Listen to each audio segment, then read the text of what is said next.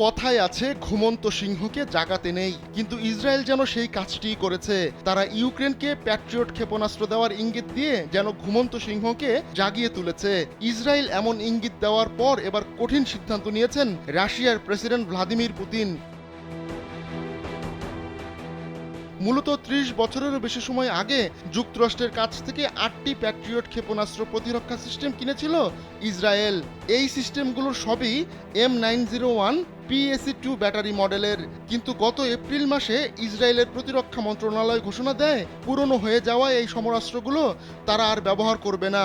এগুলোর স্থানে আনা হবে নতুন আধুনিক ক্ষেপণাস্ত্র প্রতিরক্ষা ব্যবস্থা। স্যান্ডেলিনা সো, রূপচর্চায় আভিজাত্য।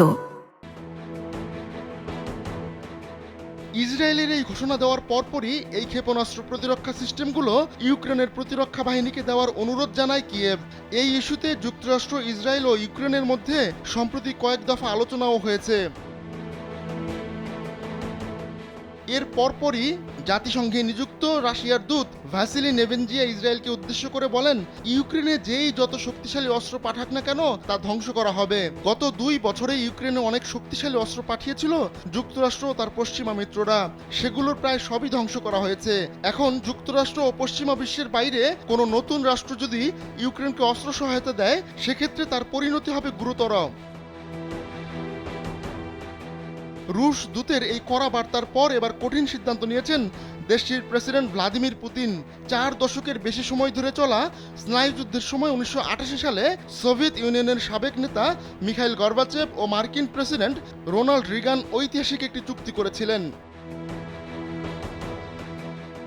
ওই চুক্তি অনুযায়ী ৫০০ থেকে ৫,৫০০ কিলোমিটার মাত্রার স্থল থেকে নিক্ষেপযোগ্য পরমাণু বোমা বা প্রচলিত মিসাইল ছোড়া নিষিদ্ধ করা হয়েছিল। আনুষ্ঠানিকভাবে ওই চুক্তি ইন্টারমিডিয়েট রেঞ্জ নিউক্লিয়ার ফোর্সেস ট্রিটি বা INF নামে পরিচিত। তবে ২০১৯ সালে রাশিয়ার উপর চুক্তি ভঙ্গের দায় চাপিয়ে সেটি থেকে বেরিয়ে যায় যুক্তরাষ্ট্র। এই অবস্থায় পুতিন নিষিদ্ধ ঘোষিত মাঝারি পাল্লার সেই মিসাইল উৎপাদন শুরুর নির্দেশ দিয়েছেন। শুক্রবার রাশিয়ার জাতীয় নিরাপত্তা কাউন্সিলের এক বৈঠকে তিনি বলেন, আমাদের এই স্ট্রাইক সিস্টেমগুলোর উৎপাদন শুরু করতে হবে এবং তারপর প্রকৃত পরিস্থিতির উপর ভিত্তি করে আমাদের নিরাপত্তা নিশ্চিত করার জন্য প্রয়োজন হলে কোথায় স্থাপন করা হবে সে সম্পর্কে সিদ্ধান্ত নিতে হবে। ইসরায়েলকে শায়েস্তা করতে পুতিন এমন কঠিন সিদ্ধান্ত নিয়েছেন বলে ধারণা করা হচ্ছে। আহমদুল্লাহ শিকদার, কালবেলা ডেস্ক।